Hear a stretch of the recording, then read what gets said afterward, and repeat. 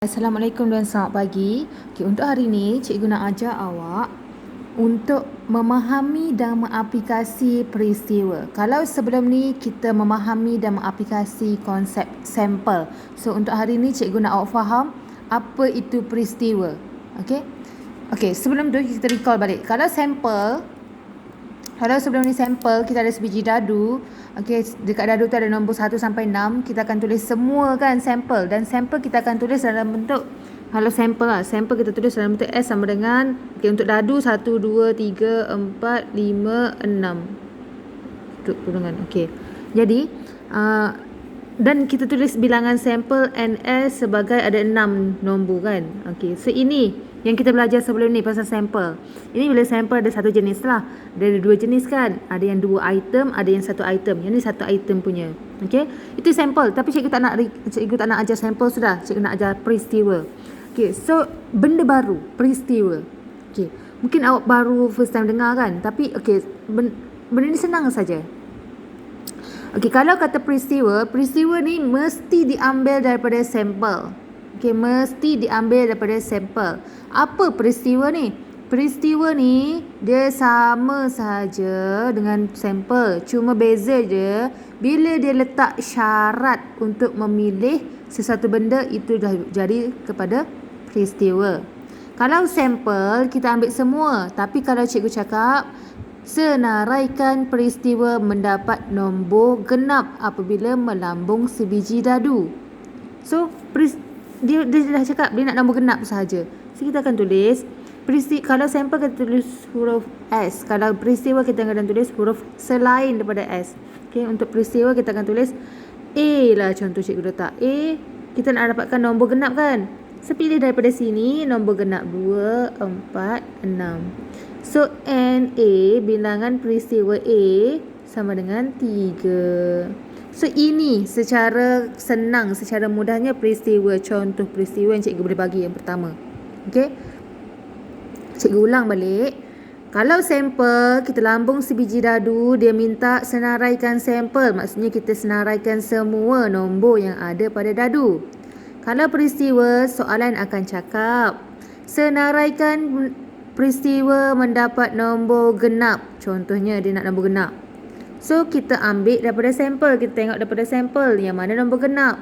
So kita tulislah 2, 4, 6. Cara tulis sama, cuma depan ni berbeza. Kalau sampel kita guna huruf S. Kalau peristiwa kita guna selain daripada S. Ada huruf A sampai Z. Kamu pilihlah huruf mana-mana yang kamu kenan.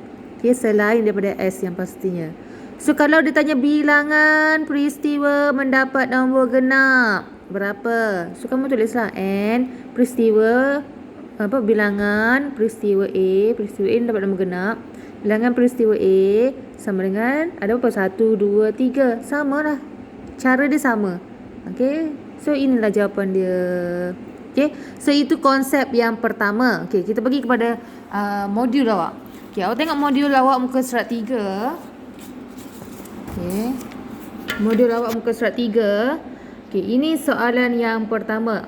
Dia kata 2 keping duit shilling. Ini yang situasi yang kedua cikgu ajar kan. Pensampelan untuk situasi yang kedua. Dia kata duit dah. 2 keping duit shilling dilambung sekali. Dia ada 2 keping duit shilling dilambung sekali. Tuliskan ruang sampel bagi uji kaji ini. So cikgu dah cakap kalau ada 2 benda ataupun bila awak kena lambung ataupun awak ada 1 benda awak kena lambung sekali, awak kena buat kotak. Caranya macam ni. Awak buat kotak ni. Ini shilling pertama cikgu tulis. Ada 2 permukaan, gambar dan angka. Ini shilling kedua. Ada 2 permukaan juga, gambar dan angka. So untuk kali pertama, untuk kemungkinan yang pertama, bila awak lambung shilling, awak dapat 2 gambar. Kemungkinan yang kedua, awak mungkin dapat 1 angka, 1 gambar. Kemungkinan yang ketiga, shilling yang pertama awak dapat gambar, shilling yang kedua awak dapat angka. Kemungkinan yang keempat, dua-dua awak akan dapat angka. So ini semua kemungkinan yang awak dapat. Ada tak kelebihan lain? Tak ada. Ini je. So soalan A ni dia minta awak senaraikan ataupun tuliskan ruang sampel. Cikgu dah cakap kalau sampel kena ambil semua. Jadi cikgu dah buat dah. Ni macam ni lah tulis dia macam kita belajar minggu lepas kan. Okay, ini. Alright. So cikgu rasa boleh faham kan? Salin saja yang dalam kotak ni. Okay, alright. So kita proceed. Cikgu tak nak cerita sampel kita dah belajar. Okay, kita proceed soalan yang kedua. Nyatakan semua unsur dalam ruang sampel. Dia kata dalam ruang sampel yang memenuhi syarat-syarat berikut. Cikgu dah cakap kalau ada syarat, maksudnya itu adalah peristiwa. Ini adalah peristiwa. So ada dua lah soalan peristiwa ni.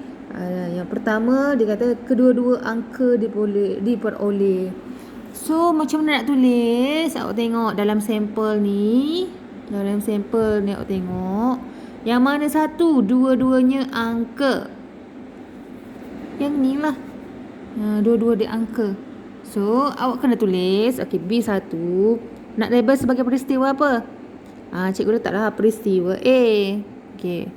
A sama dengan kurungan lengkup macam tu. Lepas tu tulislah A tutup kurungan.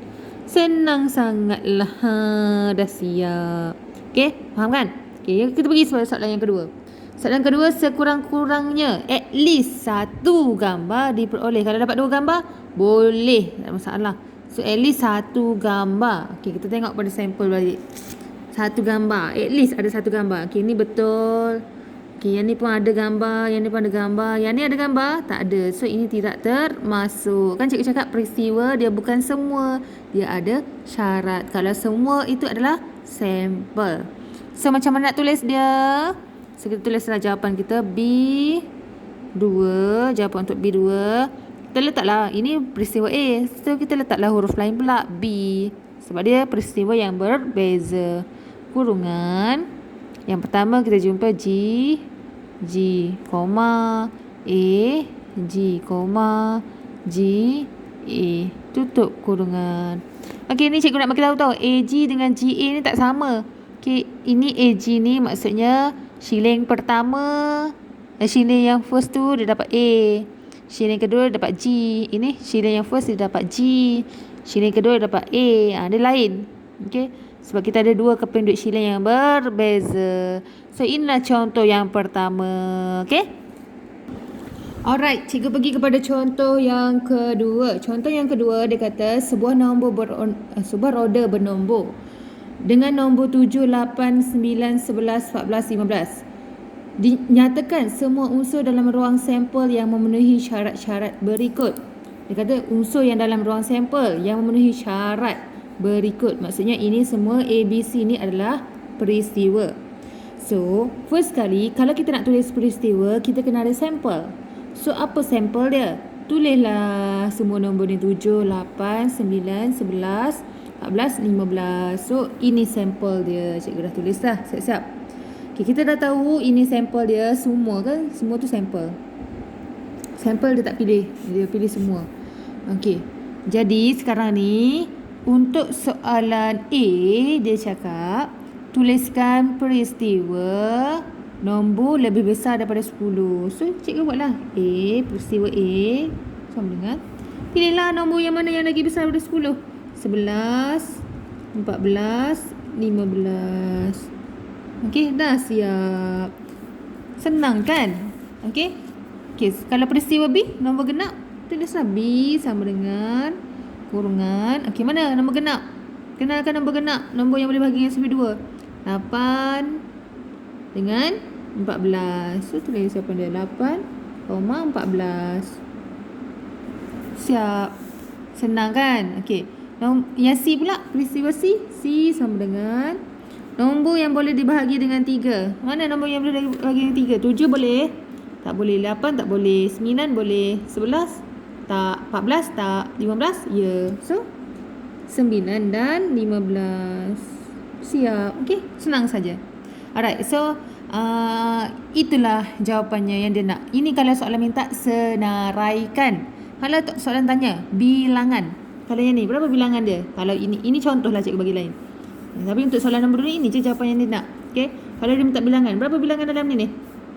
NA sama dengan berapa bilangan? 1, 2, 3. 3. Yang ni berapa bilangan?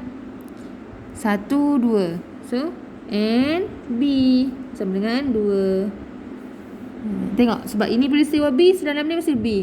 Ini peristiwa A, dalam ni mesti A.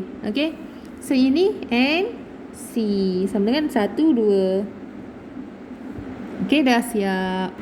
Okay, sekarang ni cikgu akan suruh kamu buat latihan kan. Okay, ini cikgu review secara laju lah. Untuk soalan latihan 2, soalan 1 ni senang sangat. Okay, kalau soalan 1, 2 ni peristiwa di mana nombor gandaan 5 dipilih. Nombor gandaan 5 ni maksudnya yang sifir 5 lah. 5, 10, 15, 20. Yang tu. Okay, kamu pilih. Kamu jawab, nanti kamu fikir. So, untuk soalan yang nombor 2, peristiwa di mana nombor perdana dipilih. Nombor perdana ni adalah nombor yang boleh bahagi dengan diri dia sendiri sahaja. Kebanyakannya nombor ganjil. Satu je nombor genap yang nombor perdana. Okay, nombor perdana ni, yang ni kita start dengan nombor 2, nombor 5, 7, apa lagi? 9 bukan, 11 dan seterusnya. Ini contoh kalau cikgu terang pasal nombor perdana lah. So kamu tengoklah dalam ni, yang mana satu nombor perdana, nombor 2, nombor 1 bukan nombor perdana ya. Nombor 2, nombor 3 nombor perdana. Cikgu tertinggal nombor 3 kat sini. 3 perdana. 4 bukan, sebab 4 boleh bagi dengan 2. 5 nombor perdana. 7 nombor perdana. 9 bukan nombor perdana. So ini je lah nombor perdana dia. Okay, nanti kamu buat. Okay, next soalan. Okay, soalan ni senang saja. Peristiwa huruf vokal senang. Ni peristiwa dapat nombor genap, peristiwa dapat nombor perdana. Okay, ni cikgu dah bagi tahu nombor perdana, maksud nombor perdana. Kamu dah faham. Lepas ini nombor 2 digit ditulis secara rawak. Tulis setiap peristiwa berikut dalam tanda-tanda set. Okey, satu nombor 2 digit. Okey, sekarang ni awak tengok soalan nombor 5 ni kan. Dia macam susah tapi sebenarnya senang sangat. Okey, satu nombor 2 digit ditulis secara rawak. Nombor 2 digit start dengan nombor berapa? Nombor 10. Ini sampel. Kita senaraikan sampel. Nombor 10, 11, 12, 13 sampailah nombor yang berapa? 99. 100 dah 3 digit. Okey. 2 digit tu maksudnya ini digit yang pertama, ni digit kedua. So ini digit pertama, digit kedua. So dia jadi 2 digit. Okey, kalau 100 ini dah 3 digit. Kalau nombor 3 ini 1 digit. Okey. Kalau nombor 1000 ini 4 digit. Kamu kena faham. Kena faham. Kena faham dengan kena tahu, jadi kena tahu dah. Okay, kena tahu dan kena faham. Nombor 2 digit maksudnya ini. Okay, so dia kata peristiwa P ni peristiwa nombor kuasa 2 sempurna dipilih. Nombor kuasa 2 sempurna dipilih maksudnya kamu tengok, kamu try buat kat tepi ni, kamu conteng. Okay, 1 kuasa 2 kamu akan dapat 1. 2 kuasa 2 4. Okey, ini cikgu conteng kat tepi ni ya. Cikgu dah buat 1 kuasa 2 dapat apa, 2 kuasa 2 dapat apa, sampailah 10 kuasa 2 dapat 100. Okey, dia kata peristiwa nombor kuasa 2 sempurna dipilih. Nombor kuasa 2 sempurna dipilih. Jadi kamu kena tengok yang sebelah sini ni. Yang sebelah sini ni, selepas dikuasa 2 kan dia, yang mana yang 2 digit, dia start pada sini. Start pada 16 ni sampailah 81 ni. 16 sampai 81. Ini semua nombor 2 digit. So inilah untuk senarai nombor bagi peristiwa P. Yang ni dia dah bagi tahu. Ini adalah peristiwa P. Jangan pula awak tulis huruf lain. Awak kena bagi jawapan dia. Soalan nombor 1. P sama dengan kurungan. Tulislah nombor-nombor ni. Okey.